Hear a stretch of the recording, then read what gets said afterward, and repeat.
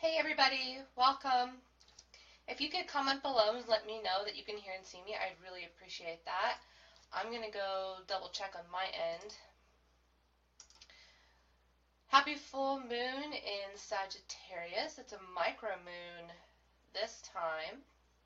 It's a micro moon that is sandwiched right in between three super new moons. So it's,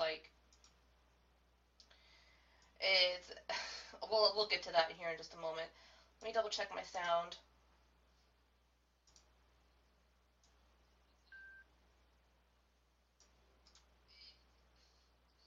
Okay, looks like we're good on the sound front.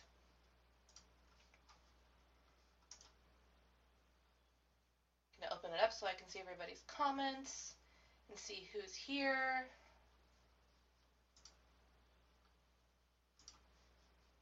All right, let's get started.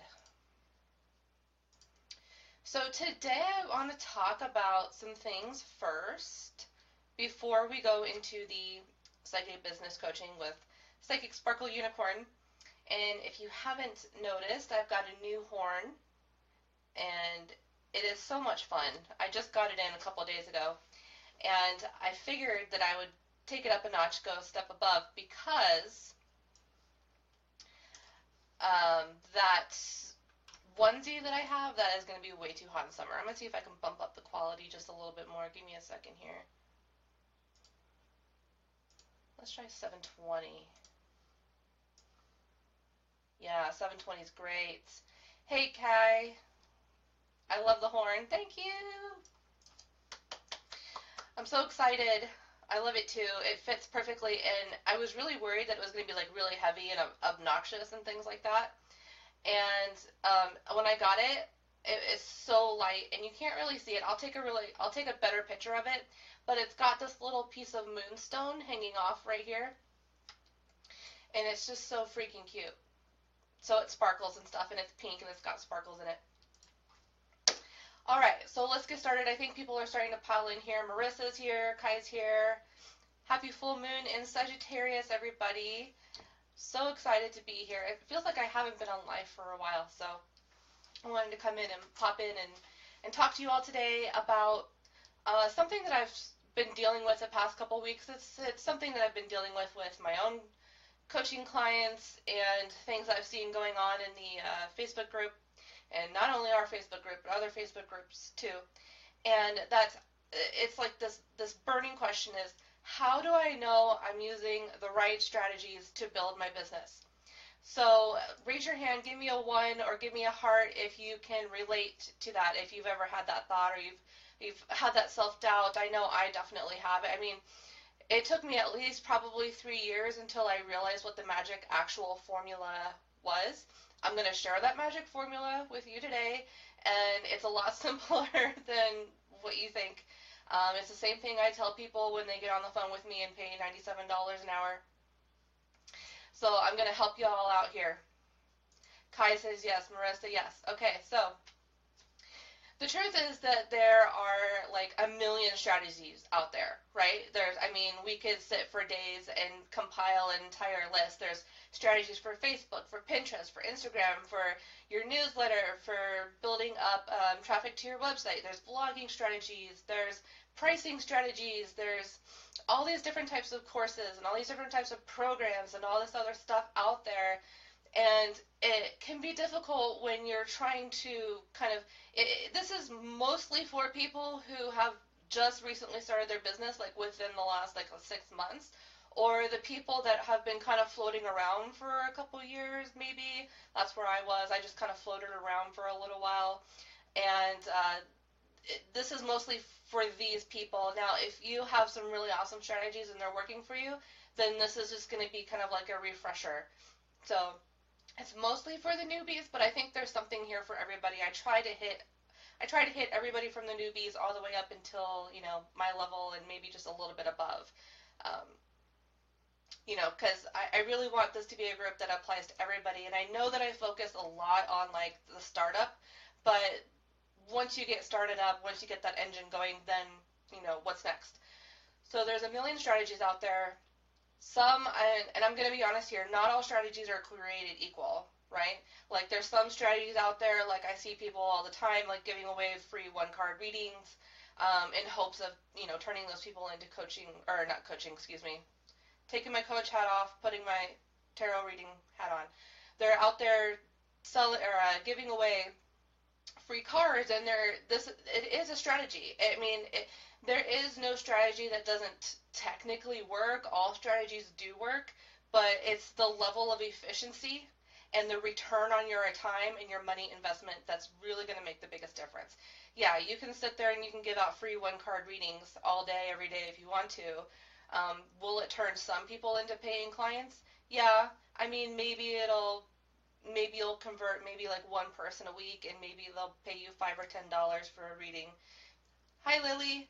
So, there are strategies out there that all strategies pretty much work. As long as you're doing something in your business, you're going to be building your audience no matter what. It's just, how intentional do you want to be with your audience? Do you want your audience to be like primed and ready to buy? So when you come out with think about it for a second. If you, and I know that I harp on you all a lot about doing this, and most of you are pretty good about it, but there are a couple of you still who need to learn this, is that, okay, for example, you're giving out like tasters, like, it's like when you walk into the grocery store and they're giving out like free samples of cheese, hoping that you buy the cheese. How many, raise your hand if you've ever bought the cheese from the sample tray? I have never done that. People go for the free samples because they want the free sample. They don't want to buy the product, or that's really like one of the MLM type of strategies, is to give out the samples and things like that. But how many of us have actually taken the free sample, right? And then being offered something like this shake kit, or this, like, I don't know, like makeup kit for $97, and you're like, whoa, how did I get from free to $97? Marissa says occasionally, right? So it does work, but it's not consistent enough to be like, it's not consistent enough to make an actual paycheck every single week. Pamela says, hey Pamela, she says it's called the free lunch, right? So just think about that for a moment, and we can do a whole other live stream about giving, sampling our services and stuff. That's actually, I'm getting off tangent here. Let's get back on the point. The point is that all strategies work. It's just there are strategies that work better than others.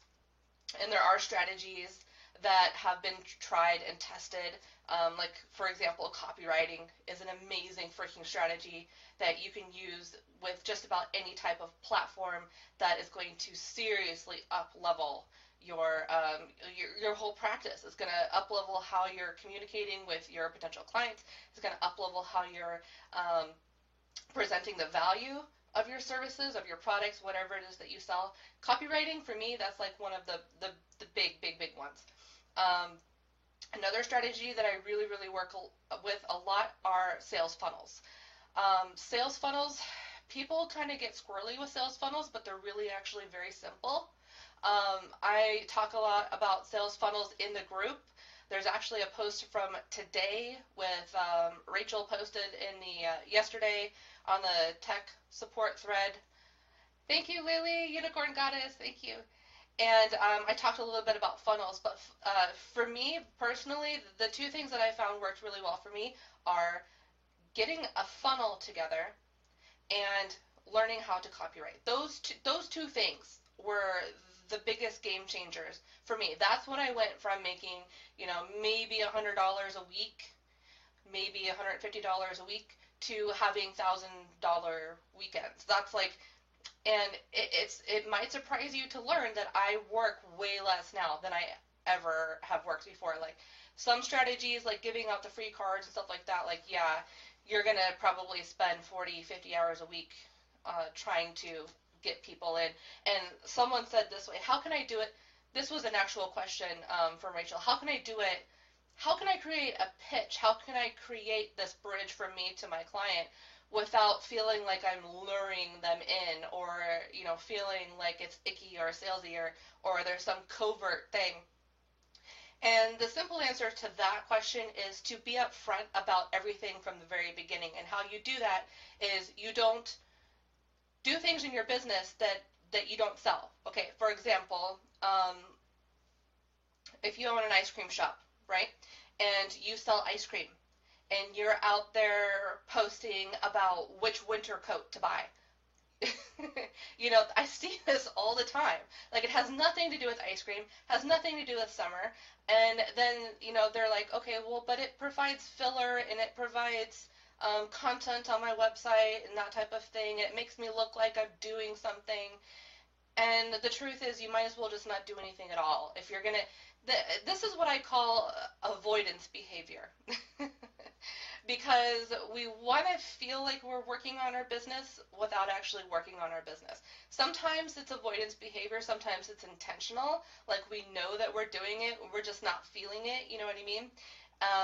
We might feel that we just don't really know what to do, and that's why strategies are so important. And I'm going to talk about this more, why you would need to do two things to make any strategy work, even if it's giving out free card readings, whatever. On that, I need to let that go. But, or doing high-end level copywriting, or posting in social media groups and things like that. So it's really common, and I think I've seen this a lot, that even if you're using like the lower end, less efficient type of strategies, and or you're using the higher end, more efficient types of strategies, what I've learned was that results either way are not guaranteed, and there's a reason why. So raise your hand, put a heart if you can relate to this. If at any point in your business, growing your business, you've used the free strategies that you find online through blog posts or YouTube videos or opt-ins, or the 1,000 opt-ins that are spammed at us all the time, like, get my 3-step formula to make $10,000 this week, that sort of thing. Raise your hand if you downloaded those things, you use those strategies, and you didn't make the $10,000. That has definitely happened for me. In the beginning, like, I watched all the YouTube videos, I read all the blog posts, I downloaded all the opt-ins, I downloaded all the freebies, I listened to all of the podcasts, and still nothing was working. Marissa has a heart. She gets it. And I guess what I'm trying to say first, the first thing I'm trying to say is it's not really about the strategy. Yes, more strategies are more effective than others, but what it's really about is the consistency. And here's where a lot of people kind of taper off. This is where a lot of people lose that momentum that they just built by using a strategy. Pamela says, yep, same here. So two things happen. Basically, you implement all of these strategies, and then two things happen. Either you say you try it once, you don't make the $10,000, and then you say, it's impossible, or something's wrong with me, or it's all a scam, or this doesn't really work, or they're just, this is just I've heard a lot of times that it's like a pyramid scheme. And, in some ways it is. I'm just going to be honest. There's no one single blog post. There's no one single opt-in. There's no one single podcast or YouTube video that you're going to watch that's going to fix all the things in your business. It's not, there is no such thing as overnight success. And the people that do have overnight success, like, okay, let's take Justin Bieber, for example. Hey, Alex, nice to see you. Let's take Justin Bieber, for example. This was a 12 or 13-year-old kid who got, like, over what we call overnight success, right? But what most people don't know is that Justin Bieber, from age, like, 8 or 9, something like that, for, like, 4 years, went to public places every single day and sang for free as an entertainer until someone recognized him and picked him up and decided to produce him. Who was it? Was it P. Diddy?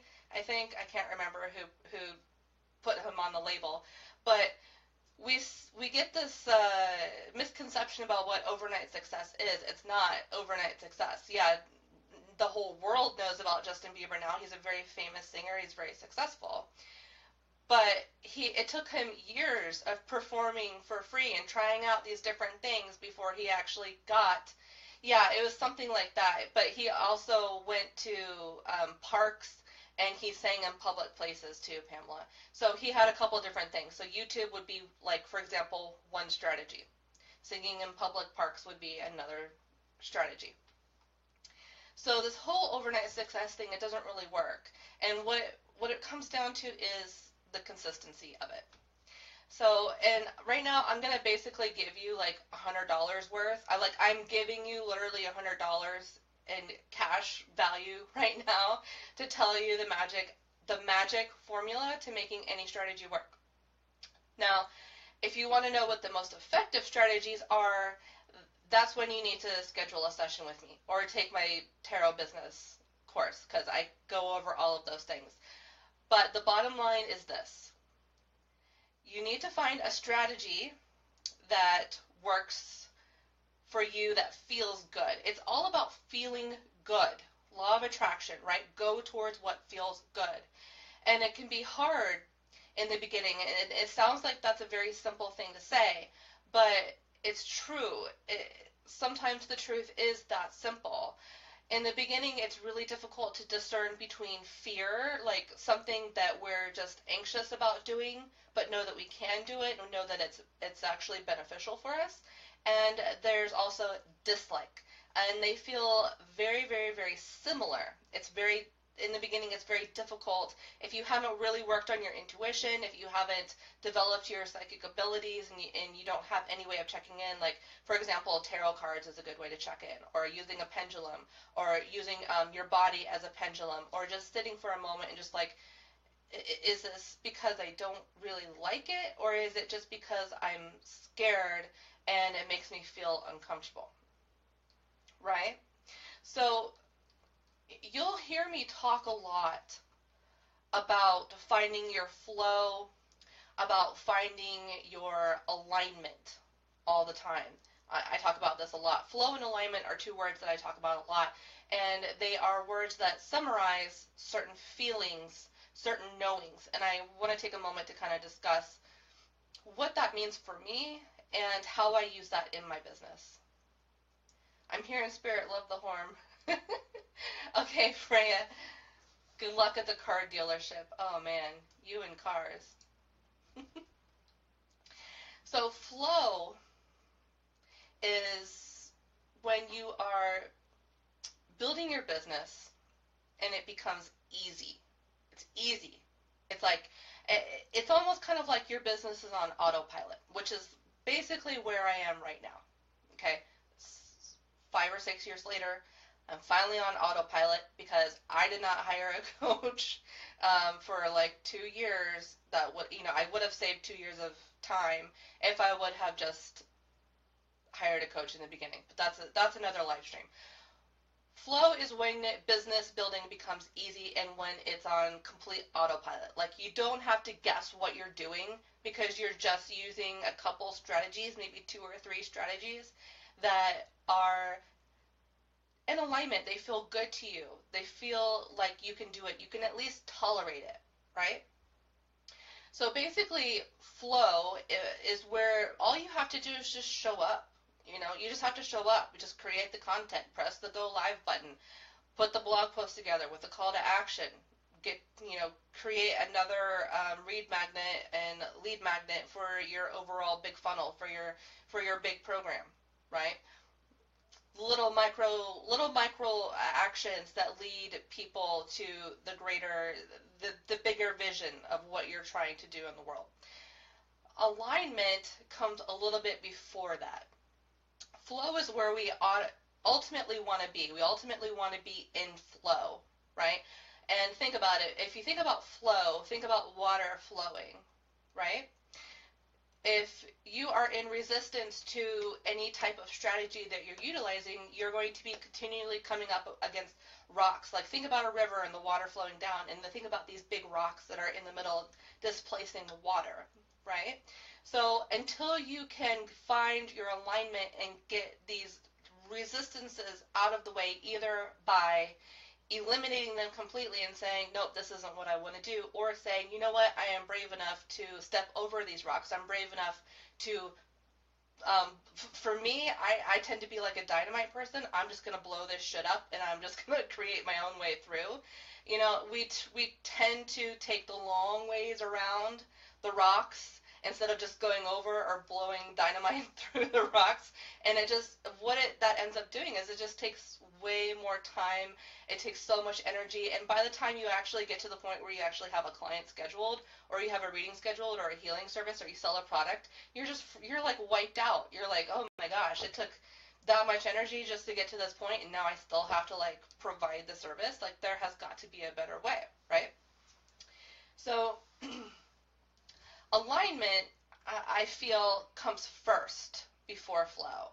And alignment is when you are totally tapped into who you are tapped into who you serve, you know what you do, you know what you offer, and you know how you help people. If you can answer who you are, who you serve, what you do, and how you help people, if you can answer those 4 questions, those are the only 4 questions that you need to know to be able to be in alignment. And it should also feel good. Alignment feels good. It feels awesome. It feels expansive. If you're not in alignment, if you are doing something that you are extremely resisting because you genuinely dislike it, you're not going to find your alignment and you're not going to find your flow. So my whole goal today with this live stream is really to help give you permission to say and to admit to yourself that there are certain things that you genuinely don't want to do in your business, and you don't have to do them just because you see everybody else out there doing it. I'm a very different type of coach. I'm not the type of coach that's going to sell you my 3-step system. I'm not the type of coach that is going to say you need to do this, this, and this only, and you can only do this, and this is how you're going to make money in your business. Because the truth is that money can only bring you so much happiness.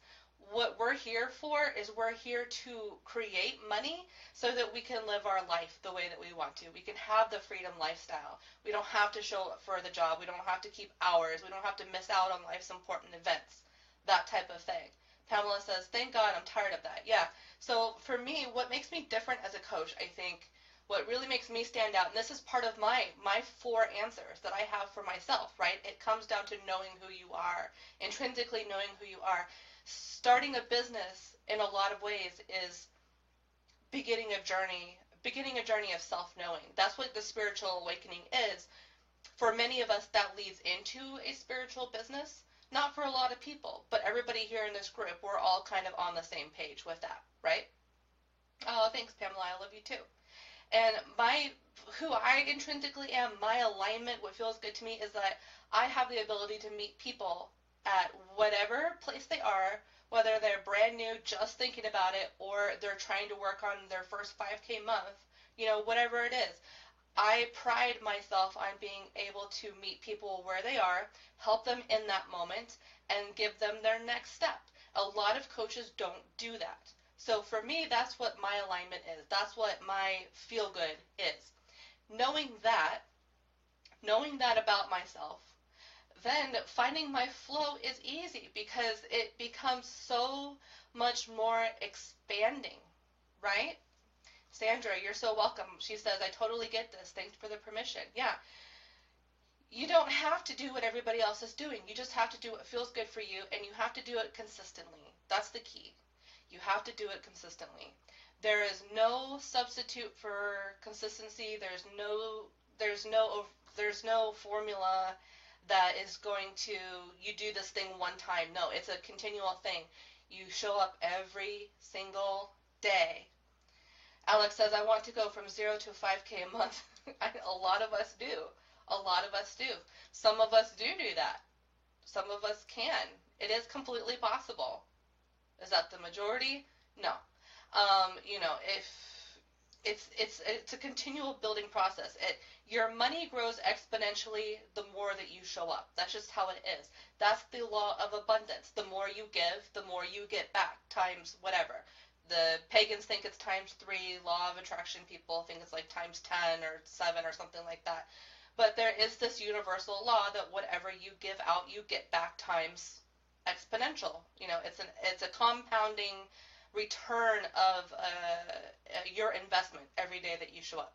So raise your hand, give me a heart if you have ever felt like you don't really know if a business strategy, like for example doing live streams like I'm doing right now, that is a strategy. A strategy can be as simple as doing one tiny micro action, or doing a bunch of tiny micro actions that lead into a funnel, which is like the bigger picture of our micro actions.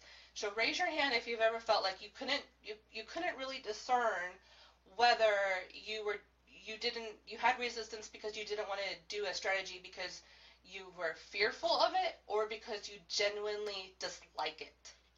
If you have trouble discerning between that. Alex says yes. She has trouble discerning. I do too sometimes as well. I have less of an issue with that now, and that again comes back down to knowing those 4 answers to those questions: who you are, who you serve, what you do, how you help people. So this is how I figure it out for myself. If you haven't reached the alignment process or the flow process in your business yet, I want you to consider a couple of things. Let's see. One is Maya says not sure. Maya, you're very established in advance, so this may or may not apply to you, but maybe there's something here for you too. I know that you've been doing this a long time, and you've used a lot of strategies in your business. Number 1, try to discern whether a strategy or a way of building your business is something that you generally don't like, or if it's something that you fear. Alex says, I feel overwhelmed with trying to have enough income to sustain myself. Yeah. So here's the thing with that, Alex, is that when you aren't making that money, it becomes more of it's more of a like desperation mode. You know what I mean? And so it takes the ability to discern is the easiest when you are completely relaxed, when you are, you can listen in and really listen and discern genuinely. But when you are new in your business, it's so much harder because you're in desperation mode. So it just heightens all of your feelings times 1,000. And it's a lot harder to cut through your own personal noise, your own response to that. Pamela says, I think maybe now there are too many options and too many telling you how it should be done, especially when you already had a plan in place or have done so. Okay.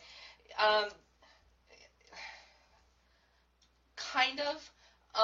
My main issue is when people say that it's like the only strategy formula that you'll ever need. That's my issue. The reason why there's so many different strategies out there is because there's so many different ways to run businesses, and we are getting information at like light speed.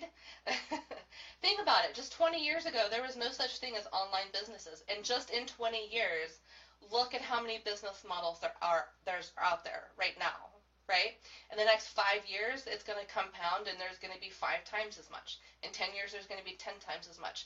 And it's not that there's too many strategies out there. It's just it's about introducing yourself to the strategies and figuring out if it's something that feels good to you, if it's something that fits your personality. For example, I'm a hardcore introvert. Like, I'm extremely introverted. Like, this is me showing up being social. This is why I have an online business, because I like to be by myself. I like to work by myself. I like to manage myself. I like to micromanage myself. I don't really care for working with other people. I like being by myself. I'm the most comfortable and the most authentic when I'm doing it my way, how I want to do it, and I don't have to get permission from anybody else. You know what I mean? Maya says, I still feel overwhelmed with it all about half the time. Yeah, I mean, I think no matter, I still do too, no matter what stage we're at, and it just comes back down to that discernment process. And Maya, you are actually probably really good with that with your pendulum because you have like the pendulum thing down pat. If you ever want a pendulum reading from Maya, she's like really quick with it. She can seriously tap into energy so quickly with her pendulum. And I highly suggest everybody gets a pendulum. And Maya, maybe you could do a mini class in your group and then like post it in our group about how to use your body or a pendulum in the discernment process because you were really, really, really good at it. And I would love to see you do that. Pamela says, yeah, that's my issue too, and I'm an introvert, believe it or not. Yeah, there is a such thing as an extroverted introvert. I'm an extroverted introvert. I started off as an INFJ. I'm working on becoming an INFP, those of you who like the Myers-Briggs.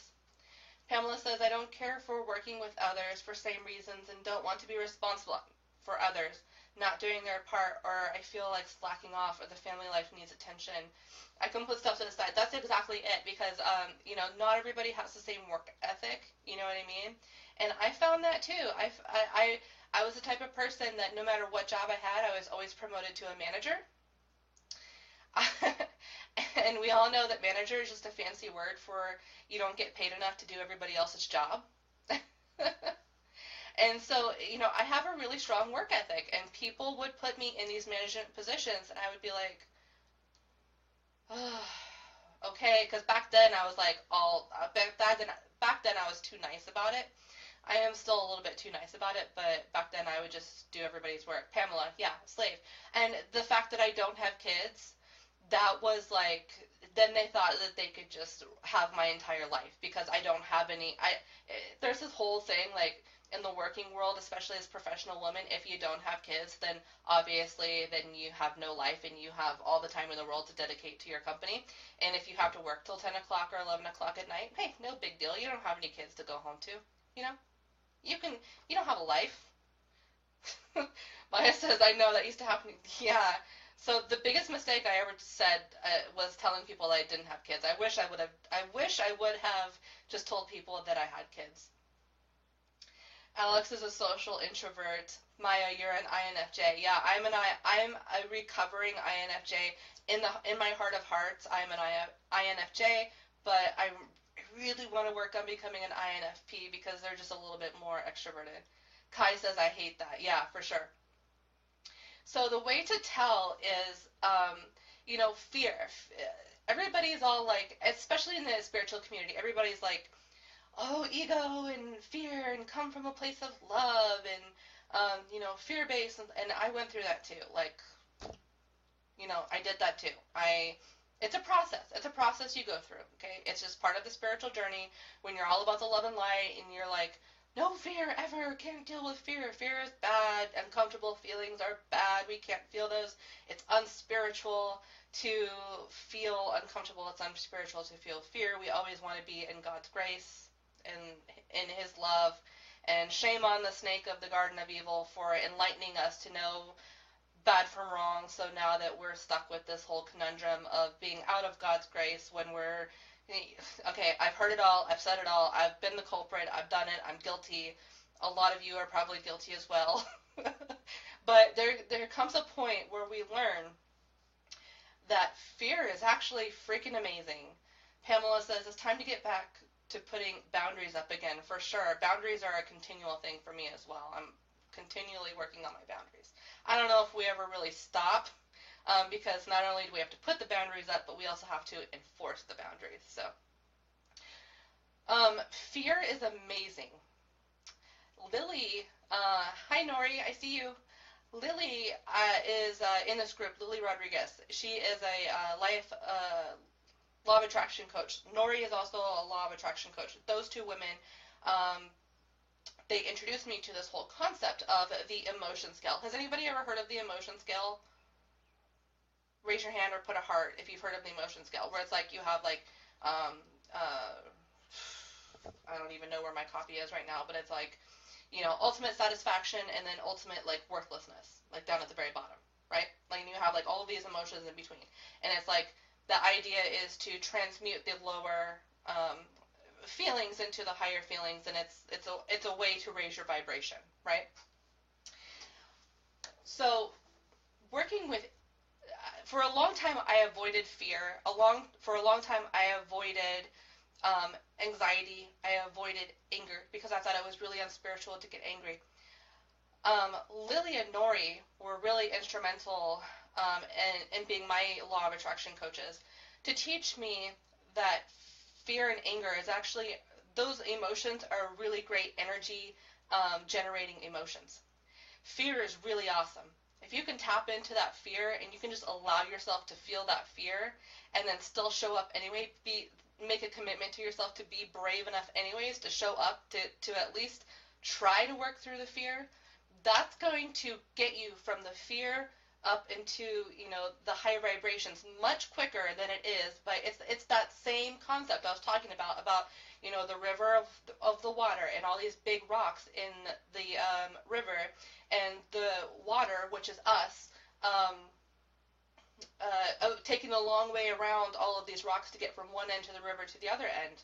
And this is another thing like that. It's like if you can tap into that fear, if you can allow yourself to feel that anxiety, like for me it was all about getting on the phone for a one-on-one coaching client. I've always, as an introvert, I've always hated talking on the phone.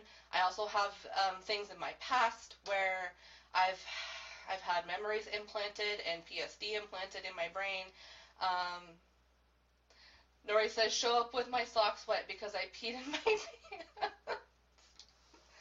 You're so funny. Thank you for the laugh. Thank you. So, just to get a little vulnerable here for a moment, I grew up in a very dysfunctional household.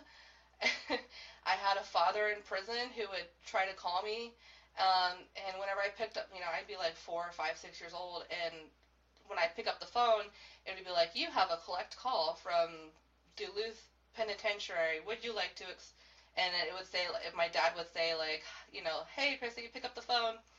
And then it would say, like, would you like to accept this call? And I always hung up. I always never accepted the call.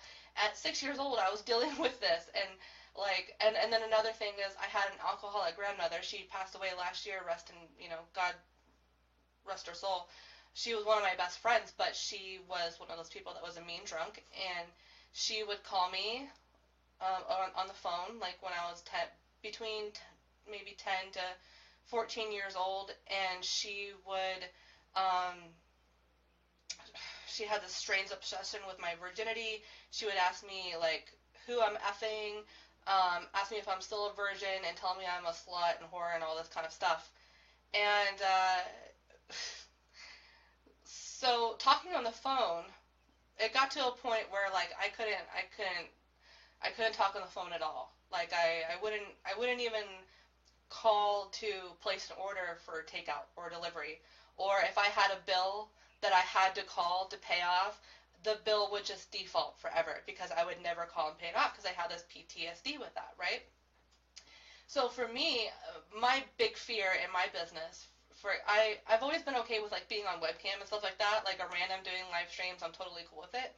But, like, actually getting on the phone and talking to people one-on-one, that was like, I would rather jump off a bridge. And a couple, like maybe 4 years ago, I kind of felt like this. I would rather jump off a bridge than get on the phone and talk to someone one-on-one. And here's the thing. Fear, that's why I say fear and dislike are very similar in their feeling, but there are a couple differences. Fear feels like anxiety. It feels like anticipation, a little bit of apprehension involved, but there's also a knowing that it could really help you. It can really help your business. Kai says, I had a family member with a similar issue. Yeah, it's like totally, it's a very common thing. Pamela says, yes, anxiety, my mom can't deal with those things anymore. I can only do it now when I'm ready to. Right, you have to, like, psych yourself up, especially when the school phones, right? Like, oh my gosh, like, it's amazing how common this really is. So the difference is that the difference to tell if you are in a fear reality or you are in a dislike. I just really just don't want to do this. This is really just, it's not interesting to me. That type of thing. If it's fear, then you know deep down, there is an inner knowing. You know that it will help your business. I knew that conquering my fear of getting on the phone with someone one-on-one would help me make more money, right? Because back then I was just doing email readings. Nobody really wants to pay more than like 25 bucks for an email reading. That's just kind of like the going rate. I knew if I really wanted to start making like 100 bucks an hour like I do now, I would have to get on the phone with people, right? And I would have to be comfortable with that.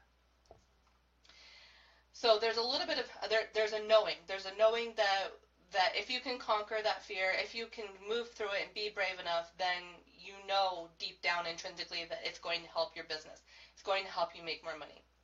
And fear is good. Honestly, fear equals growth. I'm all about going towards the fear. I had to dedicate myself to Kali, the goddess Kali, the Dark Mother, and I had to really invoke that warrior goddess aspect of myself to be able to be brave enough. And sometimes it comes across as wearing physical armor. My horn is a piece of armor that I wear to keep me grounded and confident and courageous. My earrings, my necklace, these totems that we carry, your crystals, your incense, your candles, all these things that you need, right, to tap into that, to ground yourself. And I'm always about like going towards the fear. And as you do that more, it's uncomfortable. I'm not at all going to like kid you or lie to you or pretend to tell you that it's not uncomfortable and that it doesn't suck and that you probably won't be like wanting to throw up. Like, how many times have we heard in this group, I got on the psychic hotlines and I threw up right before I got on, or I wanted to throw up right before I got on. That's me too, like, totally. There are some things that I do in my business and some upper level strategies that I do that make me literally want to vomit right before I do them. So that's totally normal. That apprehension is normal, but you know that you need to do it in order to get to the next level. And the thing is that the more you do this, the more brave you become. First, you have to act brave to be brave. And that's the hardest part. Kai says, oh, I like that. Been trying to think of a ritual for going on video. Earrings, horn. Yes. Get your armor on. Get your totems on. Do what you need to do to be like, oh, okay, well, I don't feel comfortable, but at least I have these other things, so now I think I can do it. You know what I mean?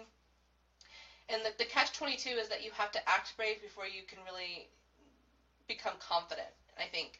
Confidence and consistency. Those are two things. Confidence is one thing that you really cannot fake. People know right away if you're confident or not, right? How many times have you seen a live video or heard a podcast or something and you heard someone speak and they're like, oh, well, and then I made this reading or this healing offer and I think it would really help people, but you can buy it if you want to, if you want to buy it, or that's sort of like stuff that we do. Instead of saying, yeah, I made this kick-ass reading, it's going to solve these problems, it's $97, I only have room for 5 people, sign up now, here's the link. There's a big difference and you can't really fake that. But the thing is, the more that you do these things that you fear, the more confident you'll become, the more sales you're going to make. Because people, the truth is, people don't buy your readings. They don't really buy your healings. They don't really buy your programs. They buy your confidence. They buy into the essence of what they see in you that they themselves want to be. Now, the readings, the healings, the offers, the products, those are the small steps that it takes to indoctrinate them into becoming more like you so that they get that essence of you that they truly crave and want for themselves. And I think that mindset alone, I think, is worth this whole live stream. You know what I mean? But again, like the catch-22 is that to you might not be confident in that moment, but at least you're being brave enough to work through the fear, and eventually you'll move past that fear, and there's always the next fear, there's always that next level. And I think a lot of the times we push ourselves to, like, okay, I've conquered this, and then what's next? Now, we're always like a what's next type of a situation, and we forget to just kind of hang out for a little while and just rinse and repeat these strategies. You find a strategy, you find something that you fear, let's say going live on video is something that you fear, and then you conquer that fear, and then it becomes no longer something that's like an anxiety thing for you, and then you stop using that strategy and you stop going live because you conquered it. But you're missing that piece where, okay, now that becomes a part of your business. Now that becomes a consistent part of how you are going to meet people, how you're going to network, how you're going to give people a taste of who you are, so that they buy into what it is that you represent, right? Nori says, that's so good. Oh, thank you, Nori. I appreciate that a lot. And as you do this, you become an extremely powerful and influential person. This is how you gain influence, right? But you have to be brave enough to face that fear. And excuse my language, but you have to get the fuck over yourself. You know what I mean? Like, I know people that make $10,000 a month. Like, I know people who are buying planes and who are buying their second house. And it's like, if we can just get over ourselves, we can have those things. Truly, I believe that with my entire being, my entire heart. I believe that we can have that. And so what I did with the whole like one-on-one phone coaching thing, what I had to do, I'll give you an example of how I kind of worked through that. So what I did is I joined a couple group coaching programs. Heather's Academy is one of them. I belong to a couple other ones. Alex says, I think that feeding into my insecurities really stops my work. So I have wounds, who doesn't, but that is no reason to not move forward, so I believe. Yeah, and it comes, I have in my own personal life, I have the background of dissociative personality disorder, that type of thing. That is something that it was stemmed from the PTSD and the other abuse that I had to endure as a child in some regards. My abuse was not, abuse is not like it's not a contest of who's more abused, right? But we all go through these abuse things, and it's not like my abuse was really like severe. Like I wasn't like literally beaten or starved or anything like that. It was just these little things that kind of screwed me up in my adult life that I'm kind of working through, right? And so what I want to say about that, Alex, is that it would serve you to learn how to detach. You can do that through so many different ways. Exercise, yoga, aligning your chakras, meditation, visualization, whatever your thing is that helps you ground and detach from those emotions. If you are attached to the emotion, it's probably a sacral chakra thing. A sacral chakra and maybe a little bit of the solar plexus.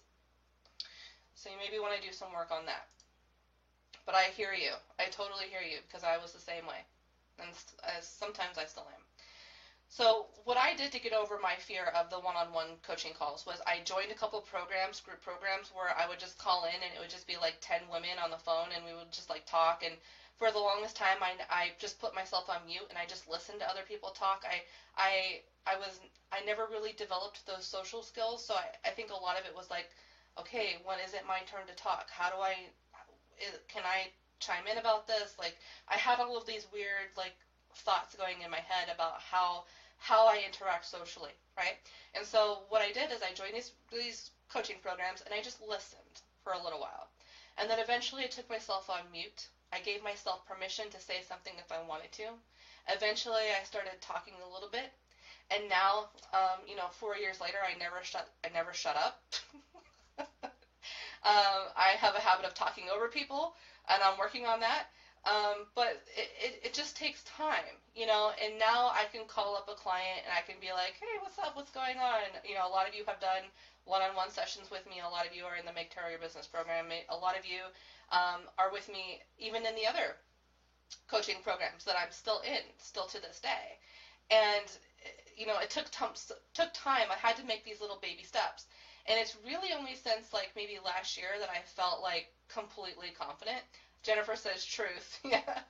And I felt really confident to just call people up and like talk with them and not like have to have like a script ready, not have to have like everything bullet. I can just like go more intuitively, go more with the flow. But it took a while. It took many baby steps to get to that point. You know, and it's like I knew that I had to do that, and do I still get a little bit nervous? Sure. Especially if it's someone that I've never talked to before. It's because it's like you get nervous when you meet someone that you've never met before, like you've never had a conversation with before, right? It's the same thing. I don't know if that really ever goes away. I'm still kind of working on that, but I don't have to throw up. I don't have to do some crazy ritual. I don't have to, you know, do these things to get on the phone with people anymore. And the reason why I stuck with that consistently is because I knew I did strategy calls. That's another marketing strategy. Or not strategy calls, excuse me, clarity calls, right? People have probably here have offered those or taken advantage of those, where a coach will give you like 20 or 30 minutes, you know, to kind of talk and just see where you're at in your business, see if it's a good fit, see if you're a good fit for the program or the course or the, you know, coaching package, that sort of thing. I did lots and lots and lots of those. And that was like one of the things, because it took the pressure off. I didn't have to worry about like selling it. It was just like a conversation, you know what I mean? And then now last year I started taking courses on how to actually have sales conversations, which is like a whole other gambit, a whole other gauntlet. But the thing is that here's another way I knew that this was right and the other thing was wrong. So now on the other hand, there's also another strategy called person-to-person marketing, like in-person marketing, where you go to mixers, fundraisers. I was a member of the Chambers of Commerce for a little while, that sort of thing, working locally in the community. I tend not to like to be around people. I'm a hardcore introvert, as I said. And I went to a couple of tarot meetups locally, like around in my area. Like I drove like 30 minutes to, I had to drive to Kansas to go to one. And I went for like maybe a year, right? And the whole time I was there, it was just a completely miserable experience for me. I was just like, you know, I didn't really want to contribute to the conversation. I didn't want to do the stupid exercises that people were doing. Like I knew I was nervous to go, but I knew that like I literally just hated it. You know, like I tried my best. I went for a year. I went like every single month for a year. Passed out my cards, gave out my website, tried to, you know, exert my expertise, that sort of thing. Met some friends. I even went to the Council of Light Center. That's how I met Maya. Met Maya through the Council of Light Center. We went to a yoga retreat, or was it yoga, or I think it was either yoga or quantum jumping or something like that. So yeah, I mean, it does work. You do make lifelong friendships and stuff like that. But I know for me, like in-person marketing, I just is in-person marketing like networking, like is it a good business building strategy? Yeah, it's a great strategy, totally. But it's not how I want to build my business. And for me, it doesn't make sense, and I genuinely hate it. So that's how you know. That's how you know if it's fear or if it's genuine dislike, right? You give it a shot. You try it consistently for a little while. You hate it, and then you're like, I'm never doing this again. And then you go back to what feels good. Maya says some groups are just not the right fit. That's absolutely true too. Oh yeah, it was at the quantum jump, wasn't it? It was. It was. I think I sat next to you at the quantum jump, and we were talking about crystals or something. You asked about some lady's crystals, and I was like, oh, I like this lady. I got to know her. Pamela says, I like the online working because it's portable. That's another thing, too, yeah. But I still need human interaction, especially in the winter. Yeah, I totally understand that.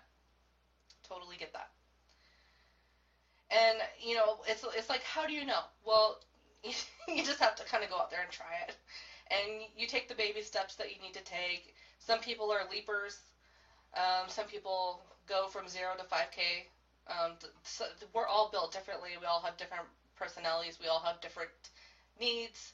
And some people can jump from 0 to 5K in 1 month. Some people, like me, it takes 5 years, and that's okay. It's not a race. Some people, like I said, are leapers. Some are cha-cha dancers, where you're going like 2 steps forward and 1 step backwards. I think that's most of us. Maya says, I go to one-time social events rather than ongoing groups to connect with community. Oh, I really like that strategy, Maya, because then you're meeting people new all the time, and it's not as awkward. I love that. That's a really good strategy, actually. Pamela, I can take it anywhere, and if I move, I can do it anywhere. That's a big bonus of online.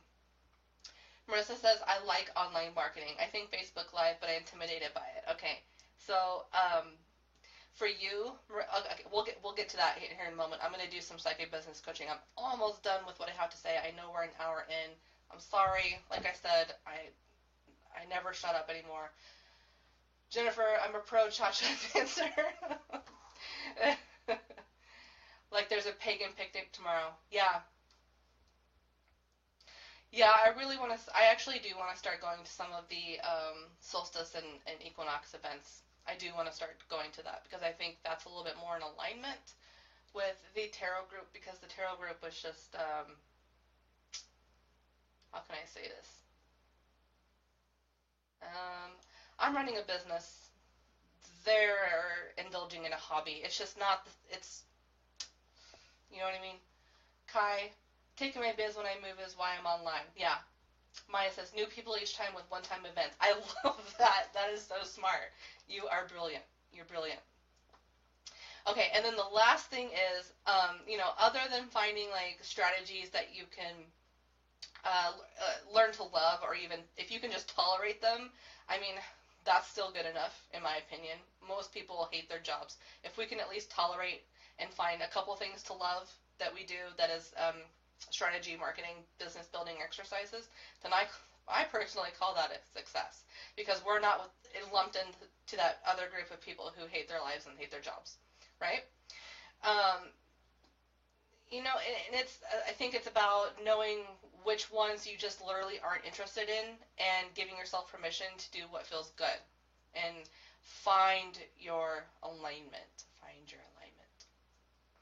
And flow is consistency. That's what it is. Flow comes from finding your alignment, finding what feels good, and consistently doing that. That's the big thing. Most people give up because they don't get those results that one time. But just to give you a realistic perspective, I have been marketing my Make Tarot Your Business course for 3 years. Many of you have been with me that long. Many of you took the 10-day workshop where it was like, just a couple little audio files.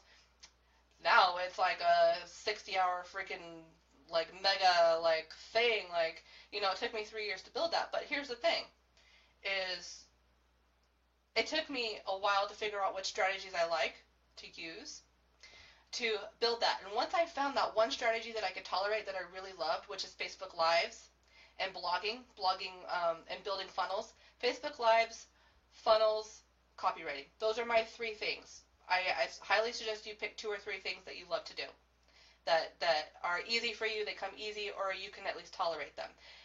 From January till today, I have made like 10 times what I made the first 2 years trying to run that course. Yes, the value has increased. However, selling it is just so much easier, because you see me, what I do here. I do a workshop, and then I do like a live stream, or a live stream series or challenge or something like that. And it's always about tarot, if you notice, because it's all leading to my bigger package of the Make Tarot Your Business course, right? Are things clicking into place? Put a heart or raise your hand if things are clicking into place, now that I just said that. Okay, so it's Maya, I'm afraid of funnels. Uh, why are you afraid of funnels? Is it because um,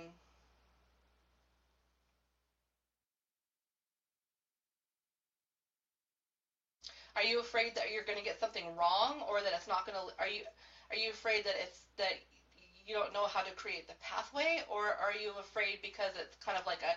Do you view it as sort of like a sellout type of thing? I'm curious. What is your apprehension with the funnels? And so I have a couple things here. Is a couple pieces of advice is stop hopping from one strategy to another. Okay, find a few strategies that you like and build on that. Test it out for at least 3 months. If you're not finding that you are at least building your list, or that you're making sales a little bit more consistently, then maybe it's time to look at some other strategies. But give it at least 3 months. At least 3 months.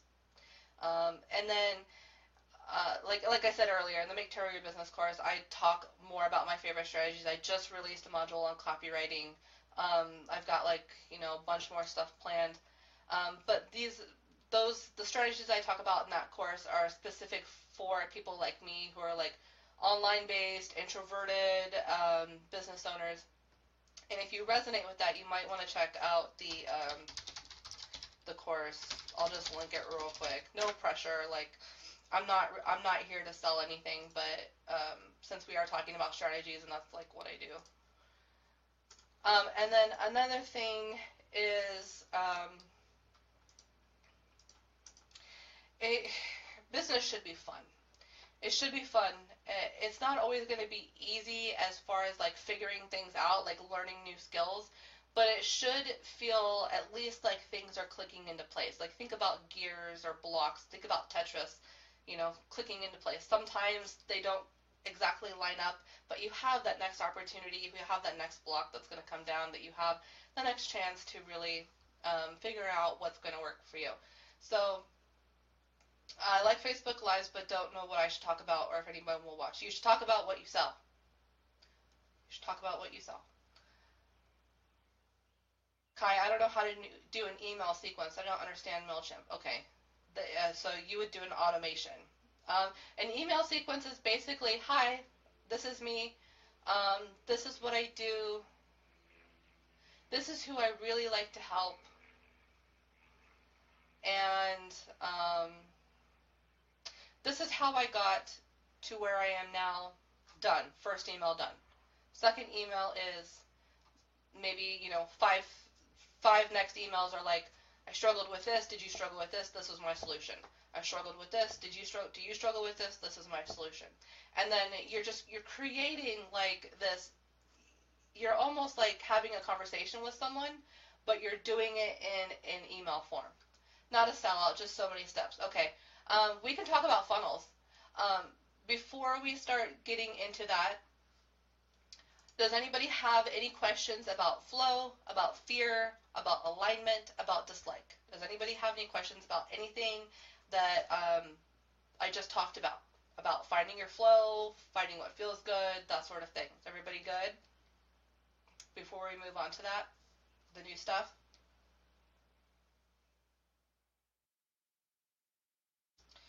Okay, so when it comes to funnels, let's start with funnels, okay? Because funnels is like, I get all smiley and happy with funnels because funnels is like my thing. I love funnels.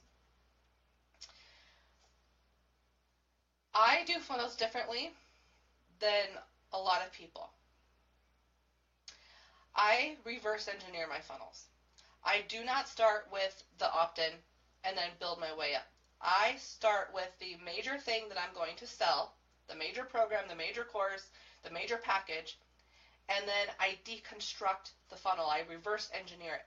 It's so much easier that way for me personally, because it's difficult. As you're building a funnel, it's extremely difficult to anticipate the direction. Let's say you create a freebie today about something, and then 3 months from now you decide you don't want to teach that thing anymore, you don't want to offer that thing anymore. Then that freebie becomes worthless, right? Unless you just want to use it like to build your email list, right? But that's where it kind of stops.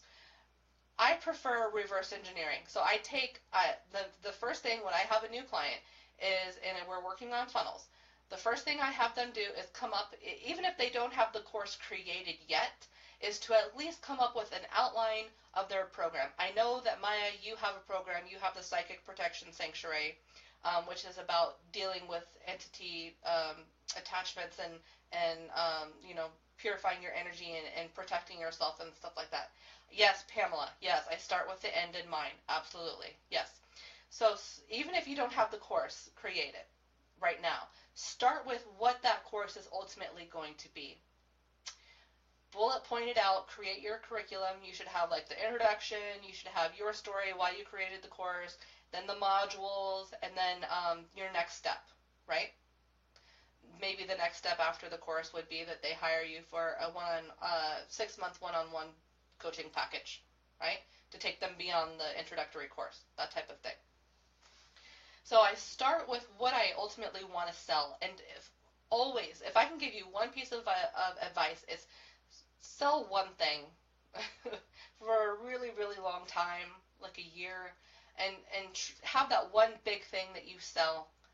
You can sell a lot of little different like micro things underneath that, but make sure you have your end in mind, your umbrella course, your big course, the big kahuna, right? And then from there, you have the big course, which is what you eventually lead them to, right? And then you can have all of these little micro funnels that eventually lead to the big course. The micro funnels could be little workshops. Go look at my website. I have workshops. It could be like little workshops that you do for a cheaper price, that if they want to learn more, they can take your bigger program. So it's like taking your bigger program and then creating a bunch of little workshops that don't necessarily talk about exactly what you have in your big course, but they talk about something related to that to spark their interest to buy the big course. And then from there, this is my own personal funnel system. So I have the big course, I have the workshops in the series, I have the workshops, excuse me, and then I also run the free series. The free series is free for a reason. It's my opt-in. It gets people to sign up on my list, and then in the free series, I talk about like the workshop that they're going to need to complement the series, and then I also incorporate something in that, even if it's not directly related to the Make Tarot Your Business course. I always put something in there related to tarot, so it grabs tarot people. So you need to know who you're selling to. It goes back to those 4 questions: who you are. Who do you serve? What do you do?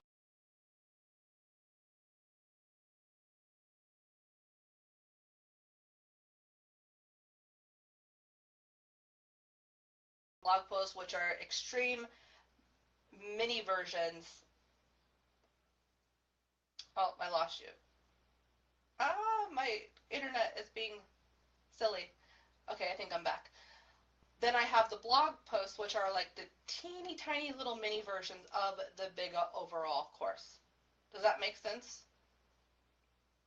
So we have a funnel module coming out in the Make Tarot Your Business course. I'm going to cover all of that in even greater detail. That's like the 5-minute version. But yes, I start with the big umbrella overall message first, and then I work my way backwards from there.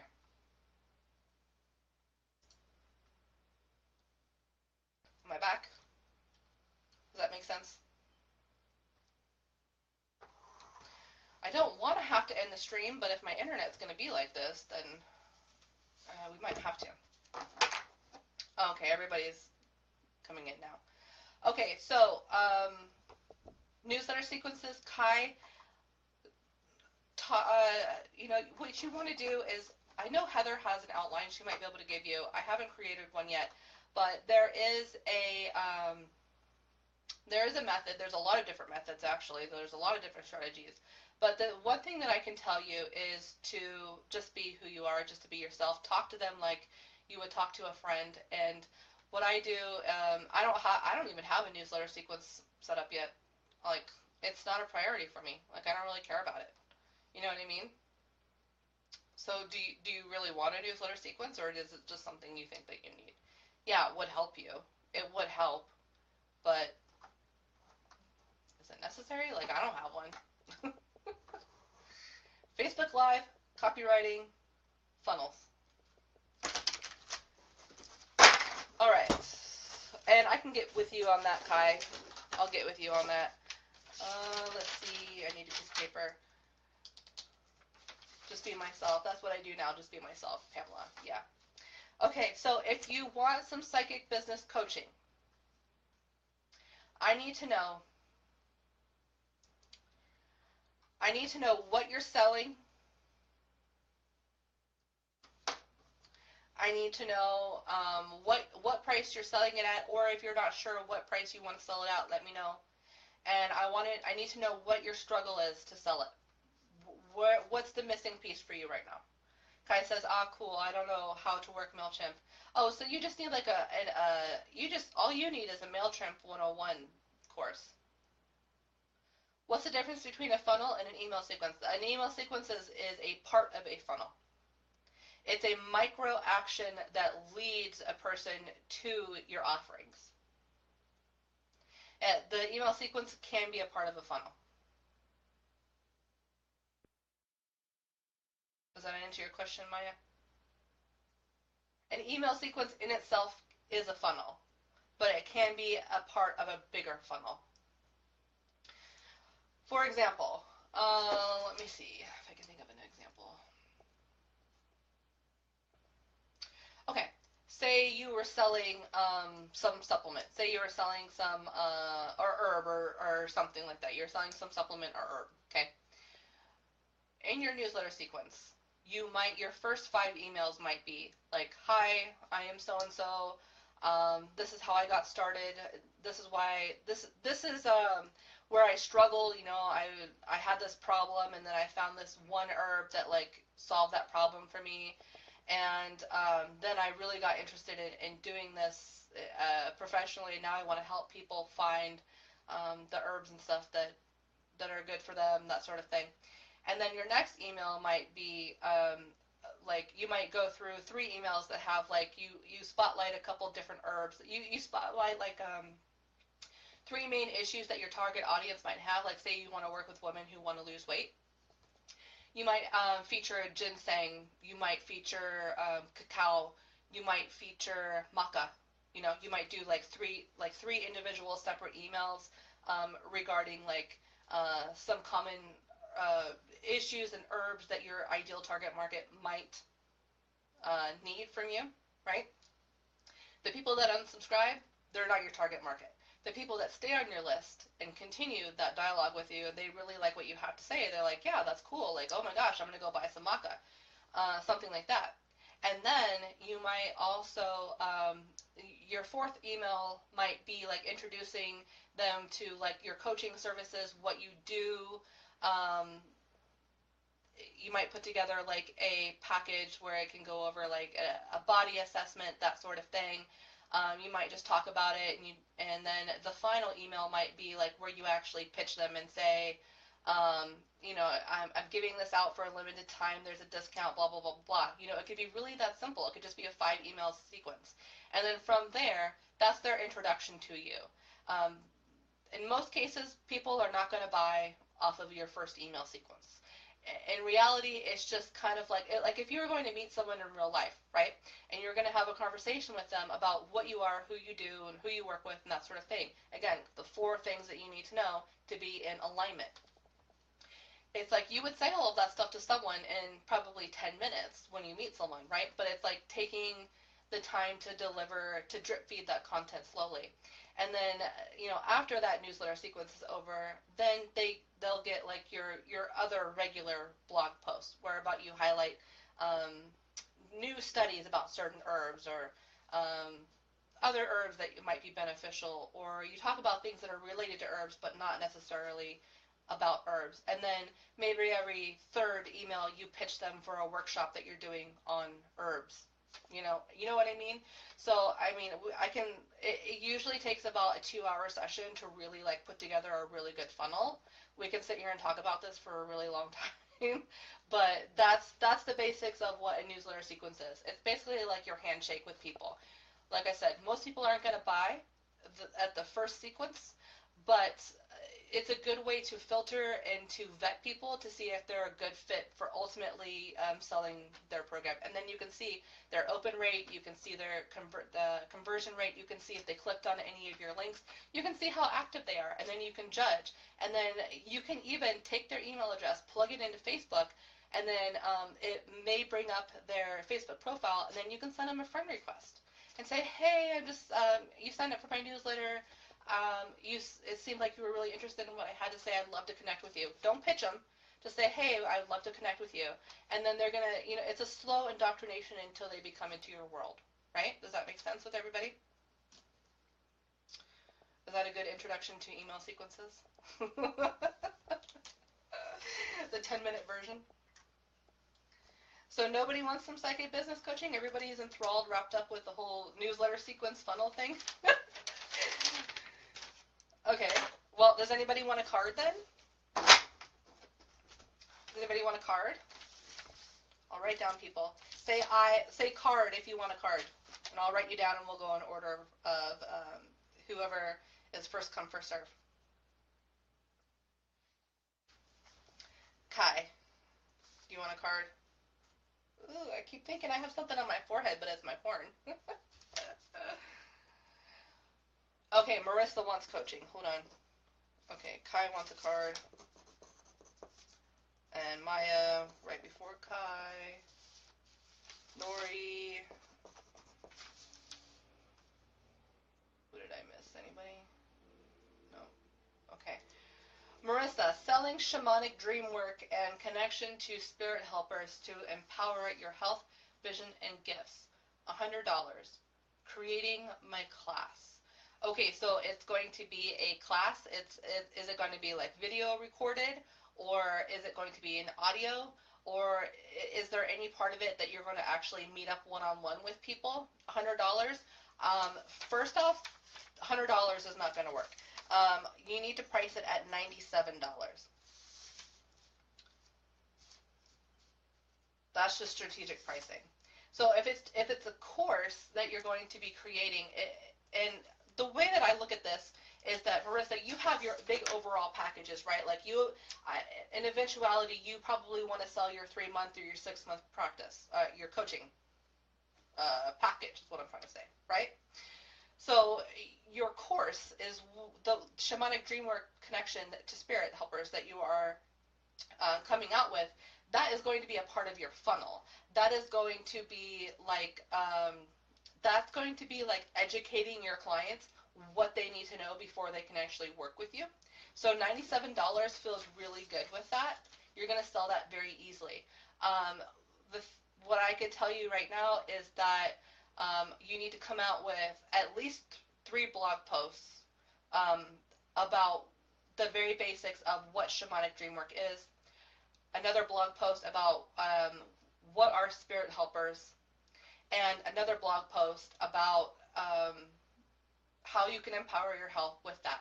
And then I also want you to create, with this ongoing live course that you have, the Shamanic Dream Work, what you also need to create is some sort of tripwire with that. You need to create either a workshop that you run ongoing, that you run once like every 3 months or every quarter or so, that leads to that bigger Shamanic Dreamwork course, the $97 course. You could also create, you need to create an opt-in for it. So you could put like a meditation in there to connect them. So, okay, so you have the Shamanic Dreamwork, right? And then you have the 3 blog posts that you need for your read magnet. And then for the one Shamanic Dreamwork was like an introduction to Shamanic Dreamwork. You could put in like a discovery call session, like a 30-minute call or something like that they can take advantage to find out if Shamanic Dreamwork is something that is right for them. The connection to the spirit helpers, you could add in an opt-in for a short 5-minute guided meditation to connect them to their spirit helpers to help see them astrally. And then another blog post is the Empower Your Health, Vision, and Gifts. And then that could be like a workbook that they, maybe like a a weekly workbook that they go through with specific rituals in order to um, tap into that sort of thing. And here's the thing: don't be afraid of giving out the content that you have in the course out for free to people. Right? Don't be afraid of that. That's where a lot of people get tripped up. They get scared because they're like, well, nobody's, they think that people don't know what they want to buy unless you can tell them what they want to buy, and this is a really simple way, and just condense that information down into a couple blog posts, and then do some Facebook Lives about spirit guides, about the history of shamanic dream work, about dreams, how to analyze your dreams. Like, there's like 3 workshops there for you right there. You know what I mean? So I think for you, it's about just showing up consistently and really getting your funnel leading towards your big overall course. Does that help you? Any questions about anything I just said? Maya wants a card.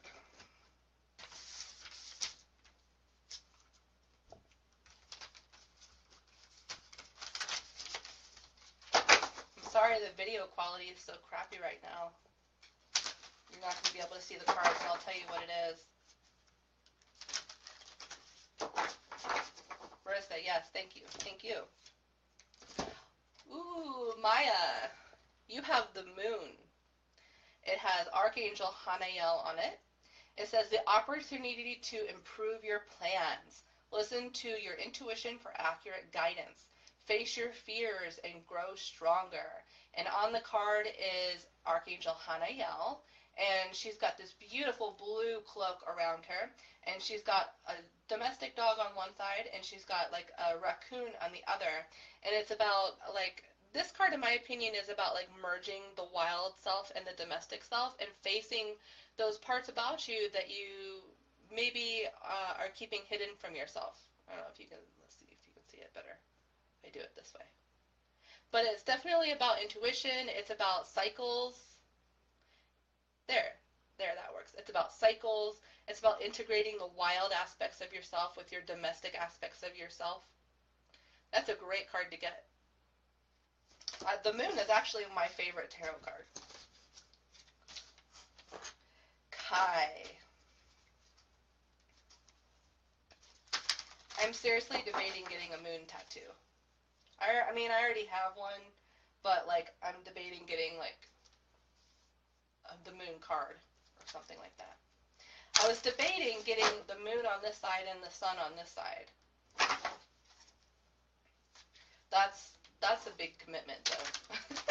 I don't know. That's a lot of sitting under the needle. Ooh. You're welcome, Maya.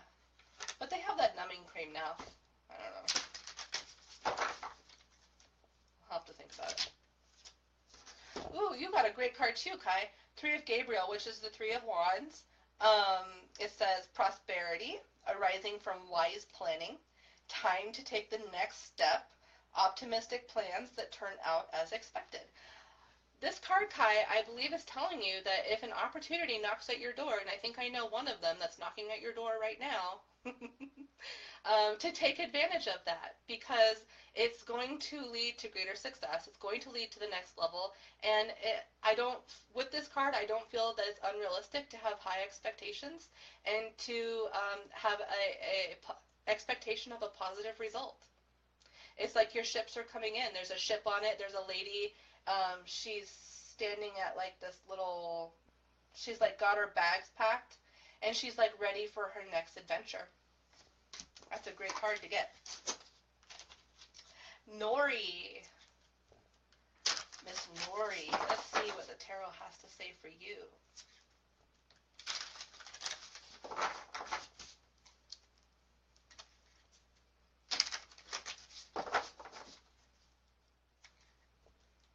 You're welcome, Kai.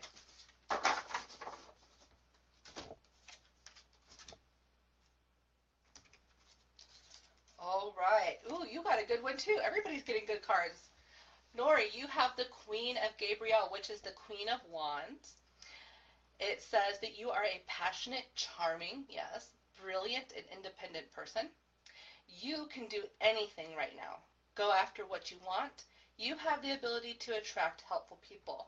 And it has this beautiful, she looks either Middle Eastern or African American, and it looks like it's set in Egypt. And she's sitting on this throne, and she's holding a scepter, and she has an elephant on one side, which represents wisdom, and she has these trumpets on the other side, which represent higher calling to me. And she's surrounded by these lush plants, and she's got this cat, this sphinx, at her feet. And what I see in this card is that you are stepping into your sovereignty, stepping into your queenhood. And there is nothing that you cannot do if you put your mind to it. It's a really great card. A very powerful, fiery, ambitious, passionate card to get. It's beautiful. This is the Queen of Gabriel, if you want to look up the image and get a better... this is actually, I think, one of my favorite artistic renditions in this whole entire deck. It's gorgeous. It's very luxe, very luxurious. Check it out online. You will not be disappointed. Is that it? Did I get everybody? Marissa, did you want a card? You're welcome. Pamela, did you want a card? Did I miss anybody?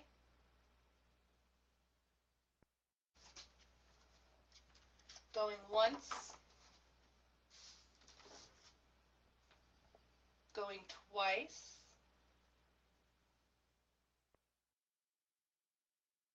All right, I guess we are done. Oh, Marissa, at the last minute. Okay, let's see. What does the cards have to say for Marissa?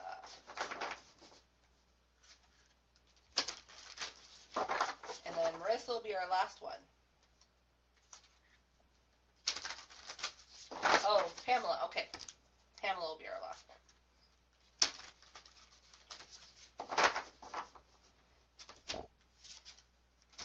Marissa. Ooh.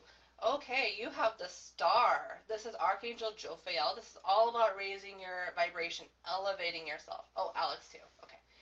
It's about raising your vibration. It's got this beautiful angel, Archangel Jophiel, and she's standing in this creek, and she's got water pouring out one end, and she's got another cup, and the water's pouring out the other end.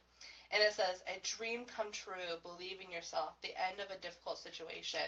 For me, this is all about healing and rejuvenation and renewal.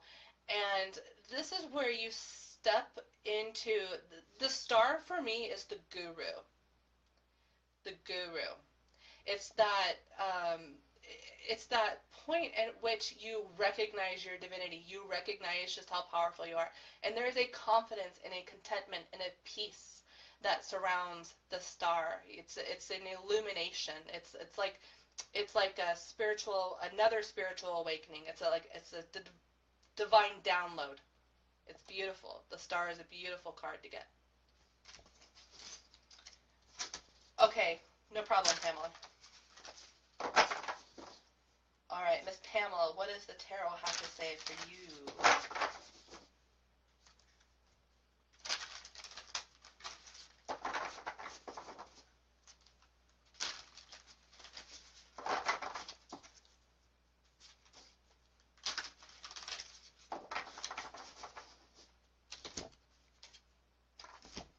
Okay, so everybody's getting really great cards. Everybody's energy must be seriously up leveled after this live stream, for real. You have the Lovers.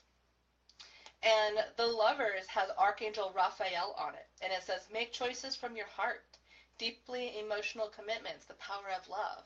Whenever I see this card, this is like the epitome of being heart-centered, the Lovers.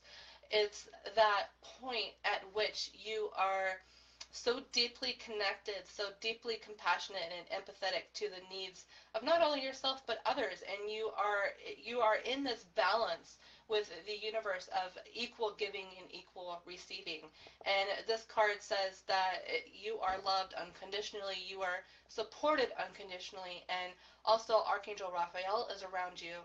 Visualize that emerald green energy, that healing energy. There is a healing taking place at a very deep level for you right now.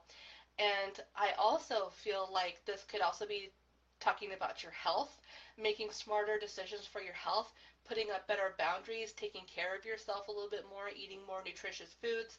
Um, it could be, yes, Pamela. So the levers is about battling your base or natures, right? It's about the devil card is the flip side where we're giving into those temptations where it's out of balance.